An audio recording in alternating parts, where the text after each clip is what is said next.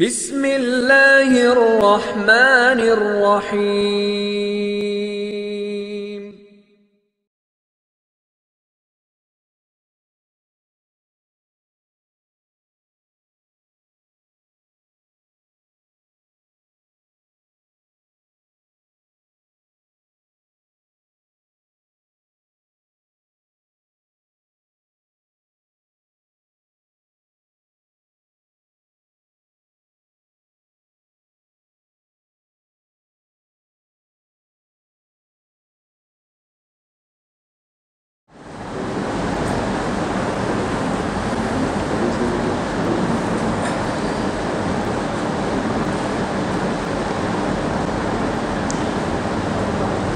السلام علیکم ورحمۃ اللہ وبرکاتہ۔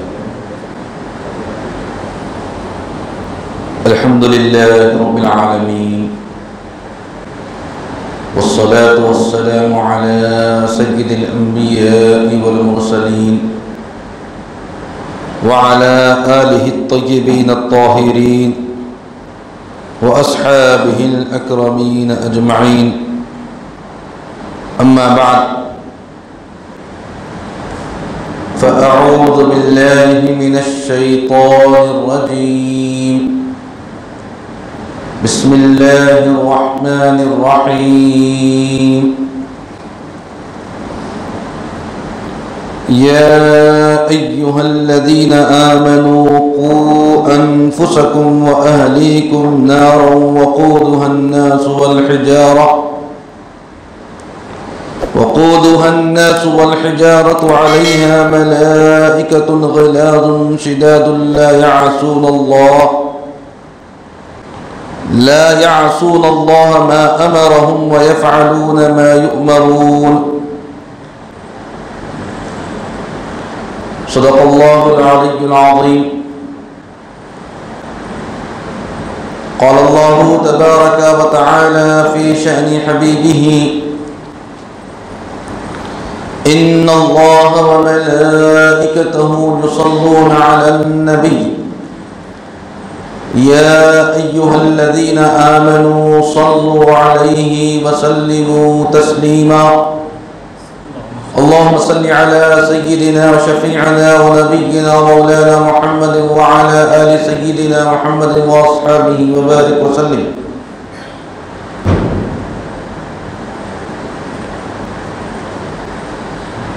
برادران ملت اسلامیہ، محترم بزرگ اور دوستو، اللہ تبارک و تعالی کا بے انتہا شکر و احسان ہے کہ اللہ تبارک و تعالی نے ہمیں اپنے فضل و کرم سے سنت محمدیہ صلی اللہ علیہ وسلم میں پیدا فرما کر ہمیں ایمان کی دولت سے مالا مال فرمایا،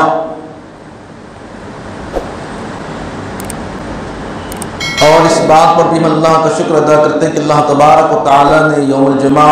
عید المؤمنین ہم سب کو نصیب فرمایا،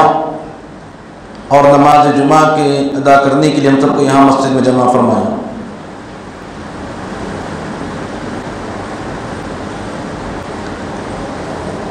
آئیے جس آیت کریمہ کو تلاوت کرنے کا شرف حاصل کیا ہوں،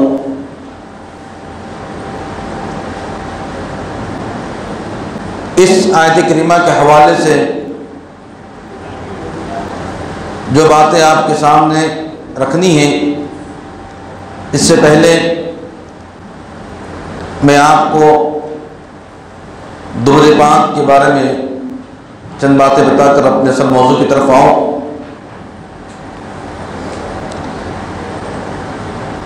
دوسری آیت کریمہ جو بھی آپ کے سامنے تلاوت کی گئی، اللہ کا فرمان ہے: ان اللہ وملائکتہ یصلون علی النبی یا ایھا الذین آمنوا صلوا علیہ وسلموا تسلیما۔ اللہ تبارک و تعالی اس آیت کریمہ میں ارشاد فرما رہا ہے،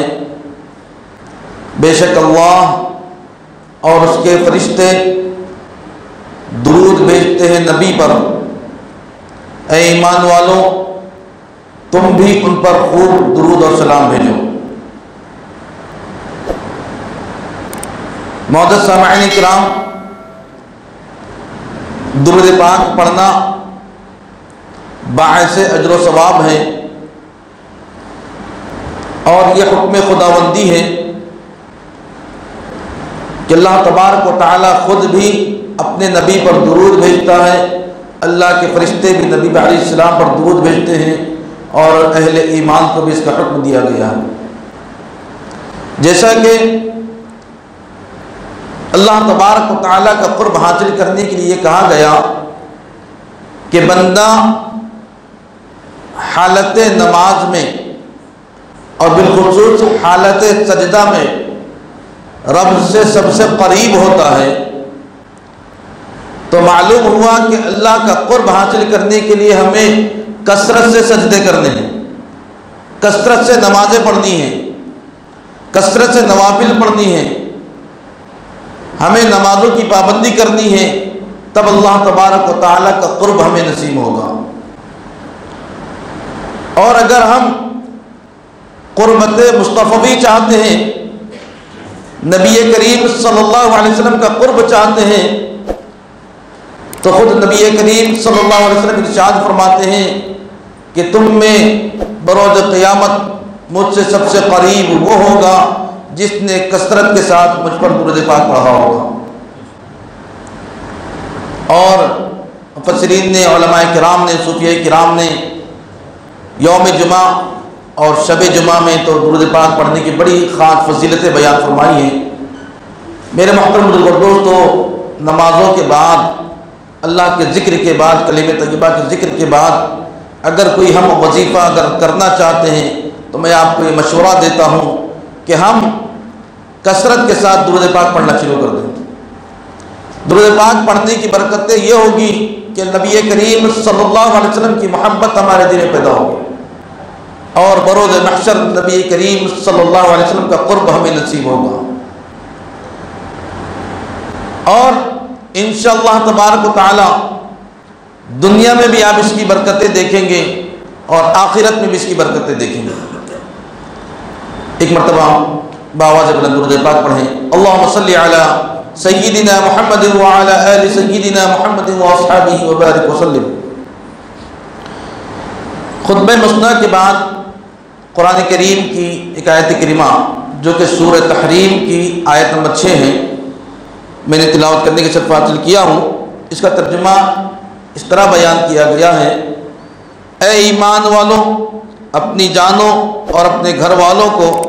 اس آگ سے بچاؤ جس کا ایندھن آدمی اور پتھر ہیں،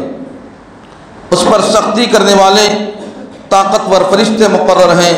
جو اللہ کے حکم کی نافرمانی نہیں کرتے اور وہی کرتے ہیں جو انہیں حکم دیا جاتا ہے۔ معزز سامعین کرام، یہ آیت کریمہ ہم نے بارہا سنی ہے، اور اس آیت کریمہ کے حوالے سے بھی ہم نے بیانات سنے ہیں۔ یہ کوشش کروں گا کہ کچھ باتیں آپ کے سامنے نئی یہاں پر آ جائے تاکہ ہمیں سمجھنے میں آسانی ہو۔ اللہ تبارک و تعالی یہاں پر اہل ایمان سے یہ ارشاد فرما رہا ہے کہ تم اپنی جانوں کو، یعنی اپنے آپ کو، اپنے نفسوں کو، خود اپنی جانوں کو جہنم کا ایندھن ہونے سے بچاؤ، اور صرف آپ پر محدود نہیں کیا بلکہ فرمایا وَأَهْلِيكُمْ، تمہارے اہل و عیال کو بھی جو ہے جہنم کا ایندھن بننے سے بچاؤ۔ فرمایا کہ وَأَهْلِيكُمْ نَارًا وَقُودُهَا النَّاسُ وَالْحِجَارَةُ، کہ جس کے ایندھن آدمی اور پتھر ہوں گے۔ معزز سامعین کرام، پھر اللہ فرماتا ہے کہ اس پر جو ہے طاقتور فرشتوں کو اللہ نے مقرر کیا کہ جن کو اللہ نے عذاب دینے کے کام پر مقرر کیا ہے وہ اللہ کے حکم کی فرما برداری کرتے ہیں اور اللہ کے حکم کے خلاف نہیں کرتے۔ معزز سامعین کرام، اب ہمیں یہ دیکھنا ہے کہ ہمیں اپنے آپ کو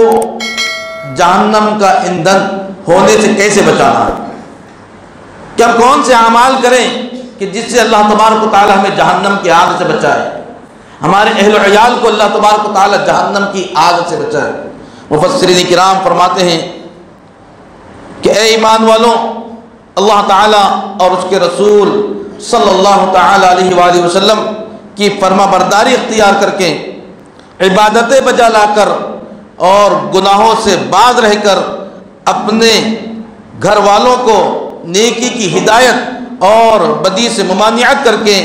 اور انہیں علم و ادب سکھا کر اپنی جانوں اور اپنے گھر والوں کو اس آگ سے بچاؤ جس کا ایندھن آدمی اور پتھر ہوگے۔ تو معزز سامعین کرام، اس آیت کریمہ کے حوالے سے ہمیں یہ حکم دیا جا رہا ہے کہ ہم خود بھی اللہ تبارک و تعالیٰ کی فرما برداری کریں، نبی کریم صلی اللہ علیہ وسلم کی اطاعت کریں اور خود بھی گناہوں سے بچیں، اپنے اہل و عیال کو بھی اس کی تعلیم دیں، اس کی ہدایت کرتے رہیں اور انہیں علم سکھائے، ادب سکھائیں۔ معزز سامعین کرام، آج ہم یہ دیکھتے ہیں کہ ہماری آنے والی نئی نسل، ہم شکوہ شکایت کرتے ہیں کہ ہماری نئی نسل ہمارے ہاتھوں سے نکل رہی ہے اور گناہوں کے راستے پر گامزن ہو چکی ہے، گناہوں میں ملوث ہو چکی ہے، تو انہیں کون بچائیں؟ تو سب سے پہلے فرمایا گیا کہ والدین اس کے ذمہ دار ہیں۔ فرمایا گیا کہ باپ اپنی اولاد کی تربیت کریں، انہیں علم سکھائیں، انہیں ادب سکھائیں، اور فرمایا کہ تم بڑوں کا ادب کرو، چھوٹوں پر شفقت کرو۔ بڑوں کا ادب کس طرح کریں؟ اس لیے کریں کہ وہ نیکیوں میں تم سے زیادہ ہیں۔ چھوٹوں پر شفقت اس لیے کریں کہ وہ تمہارے گناہوں سے ان کے گناہ کم ہیں۔ تو میرے معزز سامعین کرام، اگر ہم بڑوں کا ادب کرنا سیکھ لیں، چھوٹوں پر شفقت کرنا سیکھ لیں، تو معاملہ جھگڑا ہی ختم ہو جائے گا۔ اور یہ بڑا جامع عنوان ہے کہ جب ہمیں اللہ تبارک و تعالیٰ اولاد کی نعمت سے مالا مال کرتا ہے، اولاد کی نعمت ان لوگوں سے پوچھیں جن کی شادیاں ہو کر سال سال گزر جاتے ہیں لیکن انہیں اولاد نہیں ہوتی، اور وہ اولاد کی نعمت کے لیے ترستے ہیں، دعائیں کرتے ہیں۔ اور ایک وہ لوگ ہیں جن کو اللہ تبارک و تعالیٰ نے اولاد کی نعمت سے سرفراز کیا ہے، اولاد کی نعمت عطا کی ہے، اور وہ ہے کہ ان کی پرواہ نہیں کرتے۔ اولاد کس راہ روی پر گزر رہی ہے، کیسی بے راہ روی کی طرف جا رہی ہے، وہ گناہوں کی طرف جا رہی ہے، وہ ظلمت کی طرف جا رہی ہے، وہ اندھیرے میں جا رہی ہے، وہ تاریکی میں جا رہی ہے، اور ماں باپ ہے کہ ان کی فکر نہیں کرتے۔ جب کسی کے گھر اولاد پیدا ہوتی ہے تو سب سے پہلے ہمیں حکم دیا گیا کہ تم ان کا نام اچھے ناموں پر رکھو۔ اس کے برعکس ہمارا حال کیا ہے؟ جب ہمارے گھر بچے کی پیدائش ہوتی ہے، بچہ خوبصورت ہے، حسین و جمیل ہے، تو ہم یہ کہتے ہیں کہ میں اس کو ڈاکٹر بناؤں گا، میں اس کو انجینئر بناؤں گا، میں اس کو وکیل بناؤں گا، میں دنیا کی اعلیٰ سے اعلیٰ ڈگری اس کو حاصل کراؤں گا۔ آپ کو مبارک ہو، آپ کے عزم کو بھی مبارک ہو، آپ کے ارادے بھی آپ کو مبارک ہو۔ یقیناً یقیناً اسلام نے، شریعت مطہرہ نے کہیں بھی کسی بھی مقام پر آپ کو ترقی کرنے سے نہیں روکا ہے، اور دین اسلام اس بات کے لیے کبھی آپ کو نہیں روکتا کہ آپ اپنی اولاد کو دنیاوی تعلیم سے روکیں۔ میرے محترم دوستو، تو ہم یہ کہتے ہیں کہ یقیناً یقیناً آپ اپنی اولاد کو اعلیٰ سے اعلیٰ تعلیم حاصل کرائیں۔ نام کی باری آتی ہے، سب سے پہلا حکم کیا دیا گیا کہ نام اس کا اچھا رکھیں۔ تو اس کے برعکس کیا ہوتا ہے کہ آج فلمی اسٹار کون چمک رہا ہے، تو ہمارا بچے کا نام ہم اس کے نام پر رکھیں گے۔ کرکٹ کی دنیا میں کون ہیرو چل رہا ہے، ہم اپنے بچے کا نام اس کے نام پر رکھیں گے، اور یہ سمجھتے ہیں کہ جیسا اس نے کرکٹ کی دنیا میں نام روشن کیا، یہ بھی ہمارا نام ایسے روشن کرے گا۔ اس نے فلموں کی دنیا میں جیسے نام روشن کیا، یہ بچہ بھی ہمارا ایسا ہی نام روشن کرے گا۔ میرے محترم بزرگ اور دوستوں، اور پھر ہم اس بچے سے ہمارے فرما بردار ہونے کی توقع کرتے ہیں۔ اگر اس کے برعکس آپ اگر یہ سوچتے ہیں کہ میں اپنے بچے کا نام اللہ کے ان مقدس ناموں میں سے رکھوں گا تاکہ اللہ کے ناموں کا وصف اس کے اندر آ جائے، میں نبی کریم انبیاء علیہ السلام کے ناموں میں سے اس کا نام رکھوں گا کہ وہ صفت اس کے اندر پیدا ہو جائے، میں صحابہ کرام رضوان اللہ تعالی اجمعین کے ناموں کے اوپر اس کا نام رکھوں گا، صحابیات کے نام پر اس بچی کا نام رکھوں گا، تاکہ وہ صفت اس کے اندر پیدا ہو جائے، وہ جذبہ اس کے اندر پیدا ہو جائے۔ انما الاعمال بالنیت، اعمال کا دار و مدار نیتوں پر ہے، تو ہم جیسی نیت کر کے اپنے بچے کا نام رکھیں گے انشاءاللہ تبارک و تعالی آپ ایسی اثرات اس کے اندر پائیں گے۔ اس کے بعد تعلیم و تربیت کی بات آتی ہے تو ہم یہ سوچتے ہیں کہ آج ہمارے شہر میں کون سا اسکول ہے جس کا نام روشن ہے، کون سا اسکول ہے جس کے اندر سب سے زیادہ ڈونیشن لیا جاتا ہے، سب سے زیادہ فیس لی جاتی ہے، ہم سمجھتے ہیں کہ یہ معیاری اسکول ہے، ہم اپنے بچے کا داخلہ اسی اسکول میں کرائیں گے، یقیناً کرائیں۔ اللہ نے آپ کو دیا ہے، آپ پڑھائیں، لیکن ہم کہتے ہیں کہ پہلے اسے مسلمان تو بنائیں میرے بھائی۔ اللہ نے دولت اولاد کی نعمت سے آپ کو سرفراز کیا ہے، آپ پہلے سب ہمارے صحابہ کرام رضوان اللہ تعالی اجمعین کے دور ہم اٹھا کر دیکھیں، اولیاء کرام کی تاریخ اگر ہم پڑھیں، کسی ولی کو آپ نے ایسا نہیں دیکھا ہوگا، کسی اللہ والوں کو آپ نے نہیں دیکھا ہوگا کہ جو ایسے ہی اللہ کے ولی بن گئے۔ تمام اولیاء کرام کی تاریخ اٹھا کر دیکھیں، حضرت سیدنا شیخ محی الدین عبد القادر جیلانی رحمۃ اللہ علیہ کی تاریخ اٹھا کر دیکھیں، آپ نے علم دین حاصل کیا اور علم دین حاصل کرتے کرتے آپ جو ہے مقام قطبیت تک پہنچے۔ حضرت خواجہ اجمیری رحمۃ اللہ علیہ کو دیکھیں کہ آپ نے بھی علم دین حاصل کیا، سب سے پہلے ان کی مقدس مائیں ان کو اللہ کے کلام کی تعلیم کے لیے استاد کے پاس لے کے جاتی، کسی اللہ والے کے پاس لے کے جاتی، وہ دین کو سیکھتا، قرآن کو سیکھتا، اس کے بعد وہ دنیا کے اندر قدم رکھتا۔ میرے محترم بزرگوں دوستو، اس کے برخلاف آج ہمارا ذہن یہ بن چکا ہے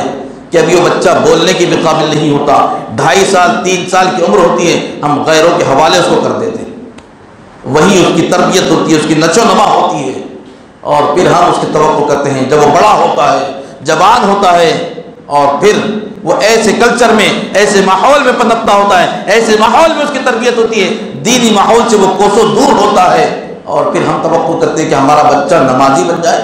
ہمارا بچہ ہمارا فرما بردار بن جائے، بڑوں کا ادب کرنے والا بن جائے۔ تو میرے محترم دوستو، یہ کہاں سے ممکن ہو سکے؟ تو سب سے پہلے ہمیں فرمایا گیا یا ایھا الذین آمنوا قوا انفسکم واہلیکم نارا، کہ ماں باپ پر سب سے بڑی ذمہ داری اس کی تربیت کی ہے کہ ہم اولاد کی تربیت نیکوکاروں کے ساتھ کریں، اللہ والوں کی صحبت میں اس کو لے جا کر بٹھائیں۔ اگر وہ حافظ قرآن کی صحبت میں بیٹھے گا، کچھ نہ سیکھے گا، کم از کم قرآن پڑھنا تو سیکھ لے گا۔ اگر عالم دین کی صحبت میں بٹھائیں، کچھ نہ سیکھے گا، نماز روزہ غسل اور اس کے مسائل تو وہ سیکھ لے گا۔ کہتے ہیں نا کہ اگر عطر فروش کے پاس اگر بیٹھ جائیں، اگر عطر خریدے بھی نہ اور اس سے صرف اس کے قریب بیٹھ جائیں، تو کم از کم عطر کی خوشبو تو آپ کو محسوس ہوگی، اور اگر بروں کے پاس چلے جائیں تو یقین اس کی برائی کا اثر بھی آپ پر ہوگا۔ صحبت صالح ترا صالح کنت، صحبت طالح ترا طالح کنت۔ فرمایا گیا کہ اچھوں کی صحبت انسان کو اچھا بناتی ہے اور بروں کی صحبت انسان کو برا بناتی ہے۔ معزز سامعین کرام، میں عرض کر رہا تھا اس آیت کریمہ کے تحت فرمایا گیا کہ یہاں آدمی سے مراد جہنم کے ایندھن کون ہوں گے؟ فرمایا کہ ان آدمیوں میں وہ کافر ہیں جو کہ جہنم کا ایندھن ہوں گے، اور فرمایا کہ پتھر سے مراد بتوں کو لیا گیا۔ دنیا میں جتنے بت کتے ہیں، جہاں جہاں بت نظر آتے ہیں یہ بھی جہنم کا ایندھن بنے گا، جہنم ان سے دہکائی جائے گی۔ اور جتنے کافر ہیں جو اللہ کا انکار کرتے ہیں، اللہ کی عبادت نہیں کرتے، اللہ کے ساتھ کسی کو شریک کرتے ہیں، شرک کرتے ہیں، اللہ نے فرمایا ان الشرک لظلم عظیم، جو مشرک ہیں، جو کافر ہیں، ایسے ہی لوگ، ایسے ہی کافر وہ جہنم کا ایندھن بنے گے۔ تو میرے محترم بزرگوں دوستوں، انسان جب گناہ کرتا ہے تو اس کے دل پر ایک سیاہ نقطہ پڑ جاتا ہے، پھر وہ گناہ پہ گناہ کرتا جاتا ہے، وہ گناہ پہ گناہ کرتا جاتا ہے، تو ایک ایک نقطہ اس کا بڑھتا جاتا ہے، اور وہ گناہوں کی عادت ایسی بڑھ جاتی ہے کہ ایک دن ایسا آتا ہے کہ اس کا پورا دل سیاہ ہو جاتا ہے، اس کا پورا دل کالا ہو جاتا ہے، ہدایت کی کوئی بات اس پر اثر نہیں کرتی۔ تو میرے محترم بزرگوں دوستو، ہمیں گناہوں سے بچنا ہے، گناہوں سے بچ کر ہی ہم اپنے آپ کو بھی اور اپنے اہل و عیال کو بھی جہنم کے ایندھن ہونے سے بچائیں گے۔ معزز سامعین کرام، اس بارے میں چند احادیث جو بیان کی گئی ہیں علماء کرام نے بیان فرمائی ہیں۔ حضرت عبداللہ ابن عمر رضی اللہ تعالیٰ عنہما سے روایت ہیں، تاجدار رسالت صلی اللہ تعالیٰ علیہ وسلم نے ارشاد فرمایا، تم میں سے ہر شخص نگہبان ہے، اور ہر ایک اس کے ماتحتوں کے بارے میں سوال کیا جائے گا، اور ہر ایک سے اس کے ماتحتوں کے بارے میں سوال کیا جائے گا۔ چنانچہ حاکم نگہبان سے اس کے ماتحتوں کے بارے میں سوال کیا جائے گا، اس کی رعایا کے بارے میں پوچھا جائے گا۔ آدمی اپنے اہل خانہ پر نگہبان ہیں، اس سے اس کے اہل خانہ کے بارے میں سوال کیا جائے گا۔ عورت اپنے شوہر کے گھر میں نگہبان ہیں، اس سے اس کے بارے میں پوچھا جائے گا۔ خادم اپنے مالک کے مال میں نگہبان ہیں، اس سے اس کے بارے میں پوچھا جائے گا۔ آدمی اپنے والد کے مال میں نگہبان ہیں، اس سے اس کے بارے میں پوچھا جائے گا۔ الغرض تم میں سے ہر شخص نگہبان ہیں، اس سے اس کے ماتحتوں کے بارے میں سوال ہوگا۔ حضرت عبداللہ ابن عمر رضی اللہ تعالیٰ عنہما سے روایت ہے، سید المرسلین صلی اللہ تعالیٰ علیہ وآلہ وسلم نے ارشاد فرمایا، اپنی اولاد کو 7 سال کی عمر میں نماز کا حکم دو، اور اگر وہ نماز نہ پڑھیں، اور فرمایا کہ اگر وہ نماز نہ پڑھیں تو انہیں مار کر نماز پڑھاؤ اور ان کے بستر الگ کر دو۔ تیسری حدیث بیان فرمائی، حضرت ابو ہریرہ رضی اللہ تعالیٰ عنہ سے روایت ہے کہ رسول کریم صلی اللہ علیہ وسلم نے ارشاد فرمایا، اللہ تعالیٰ اس شخص پر رحم فرمائیں جو رات میں اٹھ کر نماز پڑھیں اور اپنی بیوی کو بھی نماز کے لیے جگائیں، اور اگر وہ نہ اٹھیں تو پھر وہ پانی کے چھینٹے ماریں، اور اللہ تبارک و تعالیٰ اس پر رحم فرمائیں جو عورت اپنے شوہر کو نماز کے لیے جگائیں، اور اگر وہ بھی نماز کے نہ اٹھیں تو اس پر وہ پانی کے چھینٹے ماریں، اس کے منہ پر پانی کے چھینٹے ماریں۔ میرے محترم بزرگ اور دوستوں، یہاں اسی آیت سے متعلق ایک حکایت ملاحظہ فرمائیں۔ چنانچہ حضرت منصور بن عمار رضی اللہ تعالیٰ عنہ فرماتے ہیں، میں نے حج کیا اور سفر کے دوران کوفہ کے ایک سرائے میں ٹھہرا، پھر میں ایک اندھیری رات میں باہر نکلا تو آدھی رات کے وقت کسی کی درد بھری آواز سنی، اور وہ یوں کہہ رہا تھا، اے اللہ تیری عزت و جلال کی قسم، میں نے جان بوجھ کر تیری نافرمانی اور مخالفت نہیں کی، اور مجھ سے جب بھی تیری نافرمانی ہوئی میں اس سے ناواقف تھا، اے اللہ میں اس سے ناواقف تھا۔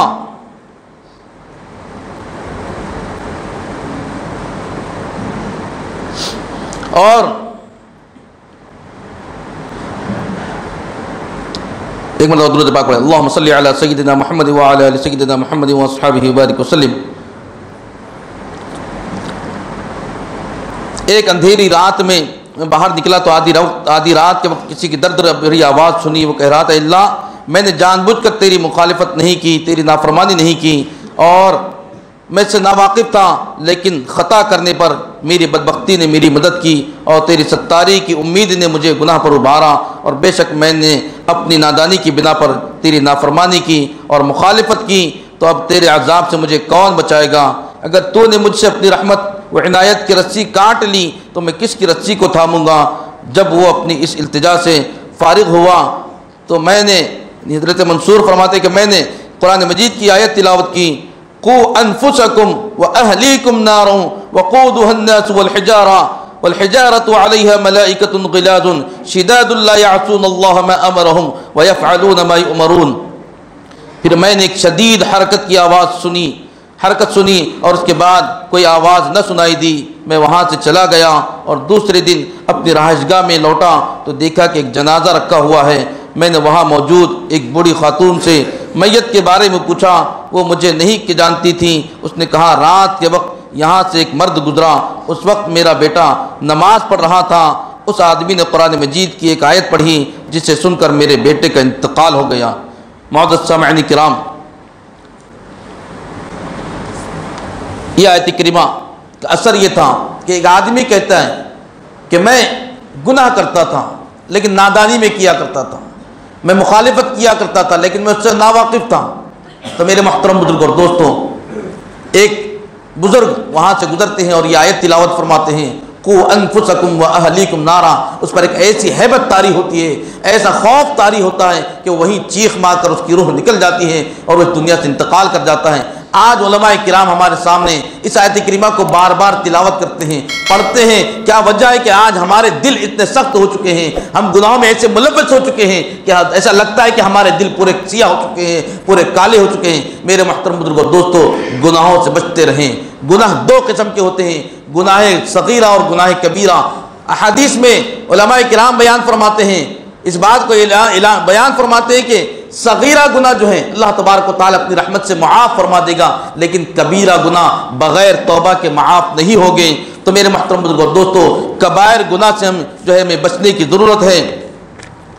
حضرت ابراہیم بن ادم رحمۃ اللہ علیہ کے ایک واقعہ سنا کر اپنی بات کو مکمل کرتا ہوں۔ حضرت ابراہیم بن ادم رحمۃ اللہ علیہ اللہ کے ولی گزرے ہیں۔ ان کے زمانے میں ایک شخص بیمار ہوتا ہے اور وہ طرح طرح کے گناہ کے کام کیا کرتا تھا۔ حضرت ابراہیم بن ادم رحمۃ اللہ علیہ کو اس کی فکر ہوئی کہ اس شخص کا کیا ہوگا، اس پر کیا گزرے گی۔ یہ شخص بڑا گناہ گار ہے، گناہ پہ گناہ کرتا چلا جاتا ہے اور یہ بیمار ہو چکا ہے۔ اب اگر اس حالت میں اگر اس کو موت آ جائے، اس کا انتقال ہو جائے تو اس کی کیا حالت ہوگی، اس کا معاملہ کیا ہوگا، اس پر کیا گزرے گی۔ تو حضرت ابراہیم بن ادم رحمۃ اللہ علیہ اس شخص کے پاس پہنچتے ہیں اور اس سے یہ بات کہتے ہیں، حضرت کے گناہوں میں مبتلا تھا اور اس کے ساتھ کیا معاملہ ہوگا، اس کی کیسے گزرے گی۔ تو حضرت فرماتے کہ اے شخص سنو میاں، میں تمہیں 6 نصیحتیں کرتا ہوں۔ میں تمہیں اس گناہ گار شخص سے کہتے کہ میں تمہیں 6 باتوں کی نصیحت کرتا ہوں، تم اس پر عمل کرنا، اس کے بعد تمہاری مرضی، تم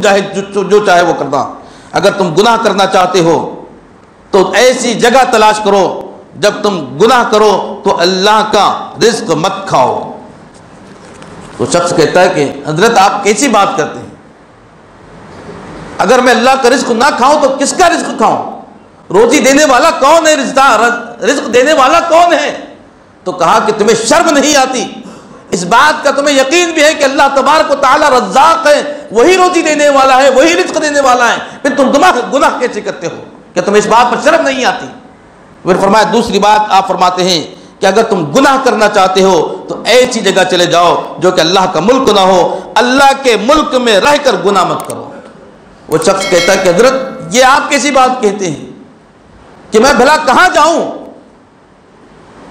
کہ یہ زمین اور آسمان سارے اللہ کی ملکیت ہیں، یہ زمین تو اللہ کا ملک ہے، پوری زمین مشرق سے لے کر مغرب تک پوری زمین کا مالک اللہ ہے، اور کون سا ملک ہے جہاں میں جا کر گناہ کروں۔ تو کہا کہ تجھے شرم نہیں آتی، تو اس بات پر بھی یقین رکھتا ہے کہ یہ اللہ کا ملک ہے، اللہ کی زمین ہے، اللہ اس کا مالک ہے، پھر بھی اس کی زمین پر اس کے ملک میں رہ کر تو گناہ کرتا ہے۔ ایسی جگہ چلے جاؤ جہاں وہ اللہ کی ملک نہ ہو، اللہ کے ملک میں رہ کر تو ہے اللہ کے گناہ کرتا ہے، اللہ کی نافرمانی کرتا ہے، تمہیں شرم نہیں آتی۔ تیسری بات آپ سے ارشاد فرماتے ہیں کہ اللہ کی نگاہوں کے سامنے گناہ مت کرو۔ وہ شخص کہتا ہے کہ حضرت اور اللہ کی نگاہوں سے غائب رہ کر تم گناہ کے کام کیا کرو۔ وہ کہتا ہے کہ حضرت یہ کیسی بات آپ کرتے ہیں کہ اللہ تو عالم الغیب والشہادہ ہے، اللہ ظاہر میں بھی دیکھتا ہے، پوشیدہ میں بھی دیکھتا ہے، اللہ کی نظر سے کوئی غائب نہیں ہو سکتا، اللہ کی نظر سے کوئی چھپ نہیں سکتا۔ تو کہا کہ بیوقوف، جب تجھے یہ گمان ہے، یہ یقین ہے کہ اللہ تبارک و تعالیٰ تجھے ہر وقت دیکھ رہا ہے، اللہ کی نظر سے تو چھپ نہیں سکتا، تو پھر تجھے گناہ کرتے ہوئے شرم نہیں آتی۔ پھر کہا کہ جب ملک الموت روح نکالنے کے لیے آئے تو ان سے کہنا کہ حضرت باہر ٹھہرو، میں تمہیں بعد میں بلاتا ہوں۔ تو کہا کہ حضرت کیسی بات کرتے ہیں، جب ملک الموت آتے تو کسی سے پوچھتے ہیں کیا؟ تو کہا کہ تجھے اس بات کا یقین ہے کہ تجھے ایک دن موت آنی ہے، ملک الموت کو تو روک نہیں سکتا، تجھے بھی اس دنیا سے جانا ہے، تجھے اپنے اعمال کا حساب دینا ہے، پھر تو کیسے گناہ کرتا ہے؟ تو کہا، پھر فرمایا کہ 5ویں بات اپنی ارشاد فرمائی کہ جب قبر میں منکر نکیر تمہارے پاس آئے تو تم انہیں روک دینا۔ تو کہا کہ حضرت یہ کیسے ہو سکتا ہے کہ منکر نکیر آئے اور میں نہیں روکوں، وہ کیا مجھ سے پوچھ کر آئیں گے؟ تو کہا کہ تجھے اس بات پر بھی یقین ہے، یہ بھی تو جانتا ہے کہ منکر نکیر آنا برحق ہے، منکر نکیر قبر میں آئیں گے، سوالات قبر ہوگی، پھر تو گناہ کس لیے کرتا ہے؟ تو میرے محترم بزرگوں، تو پھر چھٹی بات، آخری بات ارشاد فرماتے ہیں، جب فرشتے لوگوں کو دوزخ میں لے جائیں تو ان سے کہہ دینا کہ میں دوزخ میں نہیں جاتا۔ تو کہا کہ حضرت یہ آپ کیا کہتے ہیں؟ تو کہا کہ تجھے اس بات پر بھی یقین ہے کہ جب اللہ کا حکم ہوگا، فرشتے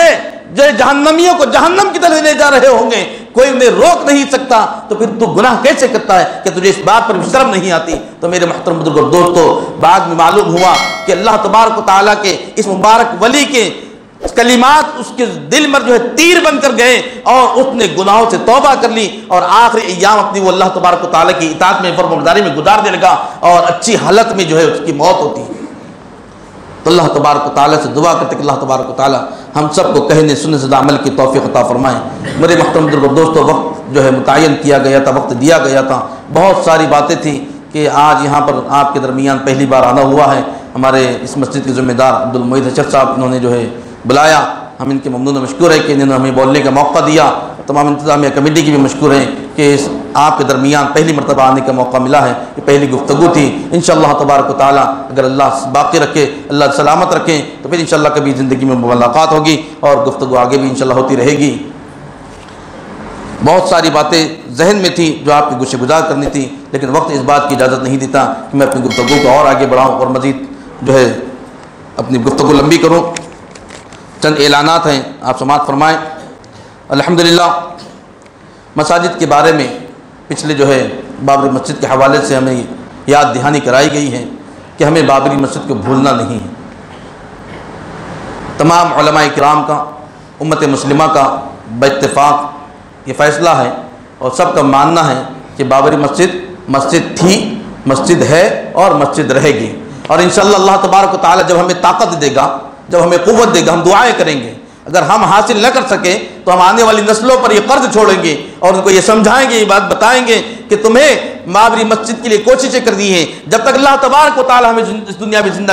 رکھے گا، ہمیں بابری مسجد کی بازیابی کے لیے کوششیں کرنی ہیں، اور انشاءاللہ ہم کوششیں کرتے رہیں گے۔ اور اگر ہم اس دنیا سے چلے گئے اور ہماری آنکھوں نے اگر بابری مسجد میں دوبارہ وہاں پر نمازوں ادا کرتے ہوئے ہماری آنکھوں نے نہ دیکھا، تو ہم آنے والی نسلوں کو یہ بات منتقل کریں گے کہ وہ اس بات کے لیے کوشش کرتے رہنا، صدیاں گزر جائیں لیکن ہم کبھی اس فریضے سے پیچھے نہیں ہٹیں گے کہ بابری مسجد کی بازیابی ہو۔ ہم انشاءاللہ بابری مسجد کو واپس لے کر رہیں گے، وہاں نمازیں بھی ہوگی، وہاں اللہ تبارک و تعالیٰ کی جو ہے تکبیر کی صدائیں بھی بلند ہوگی انشاءاللہ تبارک و تعالیٰ۔ اللہ سے دعا کہ اللہ تبارک و تعالیٰ ہمارے اس عزم میں ہم سب کو کامیابی عطا فرمائیں۔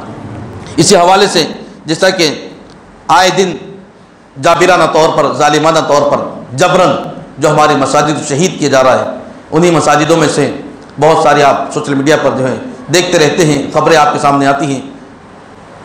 کہ سیکریٹریٹ حیدرآباد کے اندر جو مسجدوں کو شہید کیا گیا تھا، الحمدللہ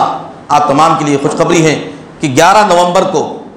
نومبر ابھی جو گزرا پیچھے 11 نومبر 2021 کو دوبارہ اسی مقام پر ان دو مسجدوں کو تعمیر سنگ بنیاد جو ہے رکھا گیا ہے۔ انشاءاللہ وہاں پر مسجدوں کا تعمیری کام جاری و ساری ہونے والا ہے۔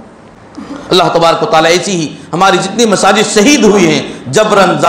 ظلم کے طور پر، اللہ تبارک و تعالیٰ سے دعا کرتے ہیں کہ اللہ تبارک و تعالیٰ جیسی سیکریٹریٹ حیدرآباد کی مسجدوں کو اللہ تبارک و تعالیٰ نے دوبارہ اسی مقام پر جو ہے تعمیر کا فیصلہ فرمایا، اللہ تبارک و تعالیٰ تمام مساجد کو ہمارے حوالے فرمائے۔